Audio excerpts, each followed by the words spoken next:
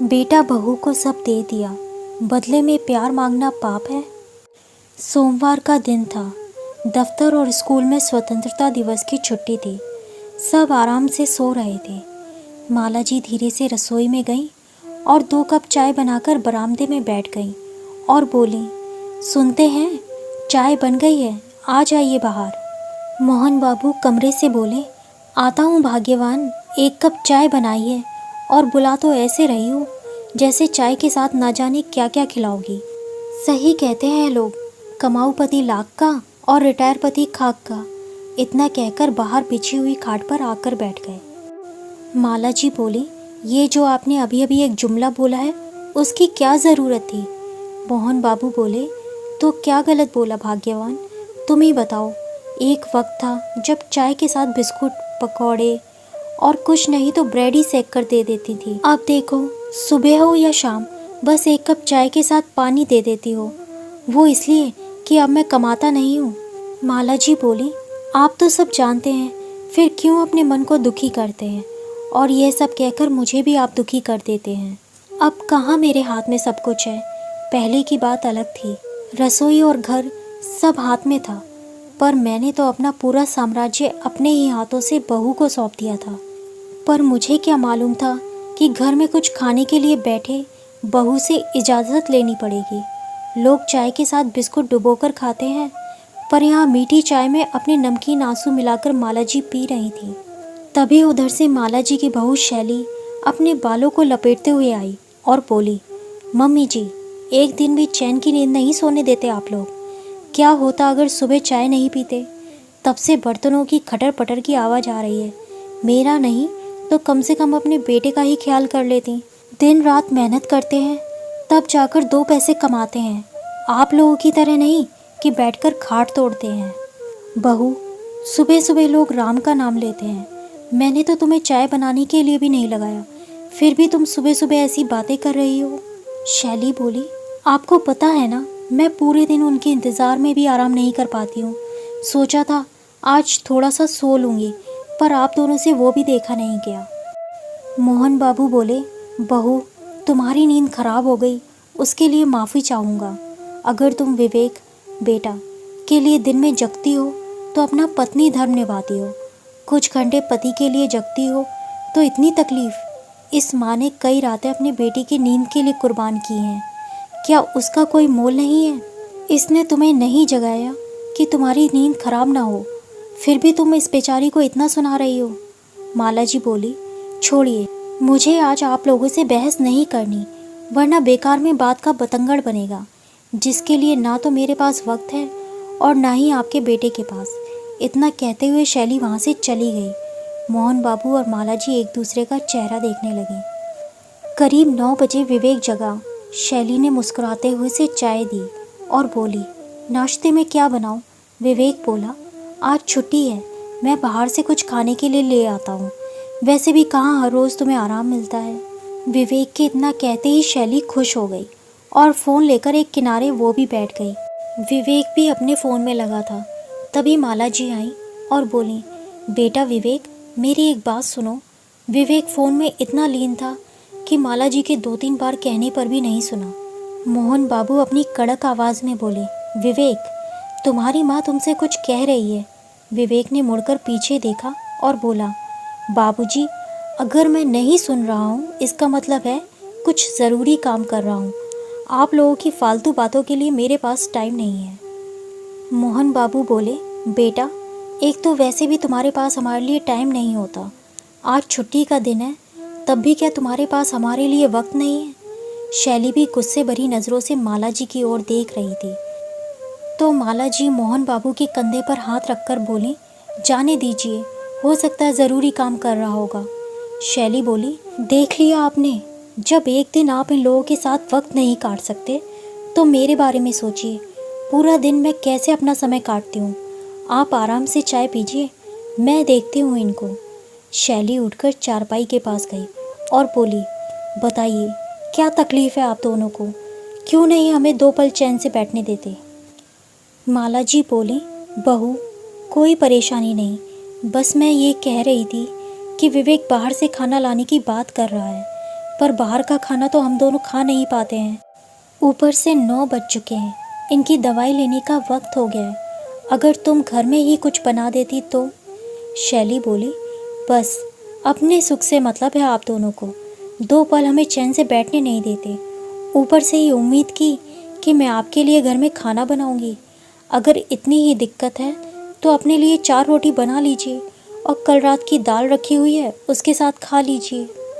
इतना कहते हुए शैली वहाँ से चली गई। माँ बाप उम्मीद भरी नज़रों से बेटे की तरफ देखते हैं। बेटा फ़ोन में देखते हुए चला गया। माला जी अपने आंसुओं को छुपाने की नाकामयाब कोशिश करते हुए मोहन बाबू से बोली, सुनिए, मैं रोटी बना देती हूँ या फिर देखती हूँ अगर फ्रिज में ब्रेड होगा तो वो सेक दूँगी। कभी कभी हल्का फुल्का नाश्ता भी करना सेहत के लिए अच्छा होता है। मोहन बाबू मुस्कुराते हुए पत्नी को देखते और सोचते, क्या से क्या हो गई ज़िंदगी बच्चों के मुंह में। हर रोज़ की लगभग यही कहानी थी। आज तो बेटा था। जब उसके सामने माँ बाप की ये स्थिति थी तो उसकी अनुपस्थिति में बेचारे बूढ़े माँ बाप की क्या दशा होती होगी, यह कल्पना करना भी मुश्किल है। कुछ रोज़ बाद शैली अपनी किसी सहेली की किटी पार्टी से लौटी तो उसने शाम में कुछ बनाया ही नहीं था। माला जी चुपचाप रसोई में गई और फ्रिज खोला। जैसे ही ब्रेड का पैकेट निकालने लगी तो शैली पीछे से बोली, मम्मी जी, लगता है ब्रेड खाने की आपको लत लग गई है। पिंकी का स्कूल खुल गया है, वो सुबह सुबह ब्रेड बटर खाकर जाती है। अब अगर आपने अभी ख़त्म कर दिया तो सुबह मैं कहाँ से लाऊंगी। सुबह की रोटी बनी हुई है, सब्जी भी बची हुई है, उसे खाकर ख़त्म कीजिए। क्यों अनाज बर्बाद कर रही हैं। बेचारी माला जी चुपचाप सुबह का खाना गर्म किया और मोहन बाबू के पास ले गई। मोहन बाबू चुपचाप खा लिए पर उनकी आंखें भर आईं। माला जी ने देखा और बोली, सुनो जी, अब बर्दाश्त नहीं होता। आपको पेंशन मिलता है पर आप वो पैसे भी अपने बेटे बहू के डर से खर्च नहीं कर पाते कि लोग कहीं बेटे से सवाल ना करें कि बुढ़ापे में माँ बाप का खर्चा नहीं उठा पाता। उनके साथ रहने से क्या हमारी ज़िंदगी ऐसे ही गुजर जाएगी। इससे बेहतर तो आप मुझे किसी वृद्धाश्रम में छोड़ आइए। अपना दुख तो फिर भी मैं सह लूँगी, पर आपका मुरझाया हुआ चेहरा मुझसे देखा नहीं जाता। इतना कहकर माला जी फूट फूट कर रोने लगी।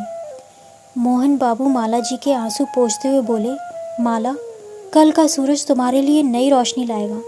मैं वचन देता हूँ, तुम्हारी आंखों में एक आंसू नहीं आने दूंगा। वो चुपचाप रूखी सूखी खा लिए और पत्नी को कुछ देर में आता हूँ कहकर घर से बाहर निकल गए। मोहन बाबू के घर को छोड़कर 4 घर बाद उनका एक पुराना मित्र विमलपुरी रहते थे, जिनसे वो हर रोज़ मिलते थे। उनके हालात के बारे में सब जानते थे। उन्होंने अपनी आप बीती उन्हें बताई। पुरी जी बोले, यार मोहन, मैंने तो तुमसे पहले ही कहा था, करीबन यहाँ से 20 किलोमीटर दूर एक सोसाइटी बन रही है जहाँ हमारे पुराने कई मित्र रह रहे हैं। कुछ बच्चों के साथ रह रहे हैं, कुछ अकेले। मैंने भी कुछ पैसे लगाकर वहाँ घर लिया है और किराए पर चढ़ा दिया है। किराए से महीने का खर्च भी निकल जाएगा। तुम वहाँ घर क्यों नहीं ले लेते? तुम्हारे इस घर के तो अच्छे दाम मिल जाएंगे। मोहन बाबू बोले, विमल, तुम मेरे सामने अभी उस बिल्डर को फ़ोन करो और पूछो कितने जल्दी मुझे घर मिल सकता है और इस घर को बेचने की बात चलाओ। मैं जल्द से जल्द इस घर से निकल जाना चाहता हूँ। बस याद रखना, ये बातें हम दोनों के बीच रहनी चाहिए। विमल जी ने तुरंत बिल्डर से मोहन जी की बात करवाई और सब तय करवा दिया। कुछ घंटे बाद मोहन जी घर लौट कर आए तो शैली दरवाजे पर थी। बोली, बाबूजी, ये कौन सा नया शौक पाल लिया है? ये कोई घर आने का समय है? मोहन बाबू ने कुछ जवाब नहीं दिया, चुपचाप कमरे में चले गए। माला जी ने जब पूछा तो मोहन बाबू ने बस धैर्य रखने को कहा और कोई जवाब नहीं दिया। करीब करीब 15-20 दिन बाद विमल जी का फ़ोन आया। उन्होंने पूरी बात बताई। मोहन जी मुस्कुराकर माला जी को बोले, इस घर में कुछ अच्छी यादें तो हैं नहीं, तो जो थोड़े बहुत तुम्हारे कपड़े और अम्मा बाबूजी की तस्वीरें एक अटैची में रख लो। फिर उन्होंने पत्नी को सारी बात बताई। माला जी घबरा रही थी। मोहन बाबू बोले, घबराती क्यों हो? तुम्हारा पति अभी जिंदा है। जिन बच्चों के लिए तुमने अपनी रातों की नींद गंवाई, जब उनके पास तुम्हारे लिए वक्त ही नहीं तो इस घर में रहकर हम क्या करेंगे? शाम में विमल जी के साथ कुछ लोग आए। शैली ने बहुत हंगामा किया और विवेक को फ़ोन लगाया। उन लोगों ने पूरा घर देखा। मालाजी और मोहन बाबू ने कागज़ पर दस्तखत कर दिए। उतनी ही देर में विवेक घर लौट कर आया। जब तक विवेक को सारी बात पता चली, मोहन बाबू ने अपना काम कर दिया। बिल्डर ने बताया, फ़िलहाल एक घर तैयार है, आप कुछ दिनों के लिए उसमें शिफ्ट हो जाइए। करीब 1 महीने बाद आपका फ्लैट भी तैयार हो जाएगा। हम आपको उसमें शिफ्ट करवा देंगे, कोई परेशानी नहीं होगी। विवेक ने पूछा, बाबूजी, यह सब क्या चल रहा है? क्या कोई मुझे कुछ बताएगा? मोहन बाबू बोले, तुम्हारे पास हमारे लिए वक्त कहाँ है? अब तुम पूछते हो तो बता देता हूँ। ये घर मैंने बेच दिया और अपने लिए एक नया घर भी खरीद लिया। आज के आज हम उस घर में शिफ्ट हो रहे हैं। पेंशन मिलता है और घर खरीदने के बाद जितने पैसे मेरे पास बचे हैं उसमें तो मेरा जीवन भी कट जाएगा और अंतिम क्रियाक्रम भी हो जाएगा। तो हमारा साथ इतने दिनों तक ही था। जय राम जी की। इतना कहकर मोहन बाबू ने माला जी का हाथ पकड़ा और नए सफ़र पर निकल पड़े। पीछे से बेटा बहू कहने लगे, आप हमारे साथ ऐसा कैसे कर सकते हैं? कोई माँ बाप अपने बच्चों के साथ इतना बुरा कैसे कर सकता है? माला जी एक पल को रुकी और बोली, जो तुमने हमारे साथ किया है अभी तो उसका फल भोगना तुम्हें बाकी है और वो फल तुम्हारे बच्चे तुम्हें देंगे। हमने तो अपने क्रियाकर्म तक का इंतज़ाम कर लिया, तुम अब अपना सोचो। इतना कहकर वो अपने आंसुओं को पोंछते हुए निकल गई और फिर कभी मुड़कर उन रिश्तों को याद नहीं किया जिन्होंने ना तो कभी वक्त दिया, ना कभी सम्मान। दोस्तों, मैं ये नहीं कहती कि हर बच्चे बुरे होते हैं, पर जिन पर बीती है उस माता पिता के कष्ट को भी नज़रअंदाज नहीं किया जा सकता। क्या मोहन बाबू ने अपने बेटे के साथ अन्याय किया या उनका फैसला गलत था? कमेंट बॉक्स में ज़रूर बताएं। धन्यवाद।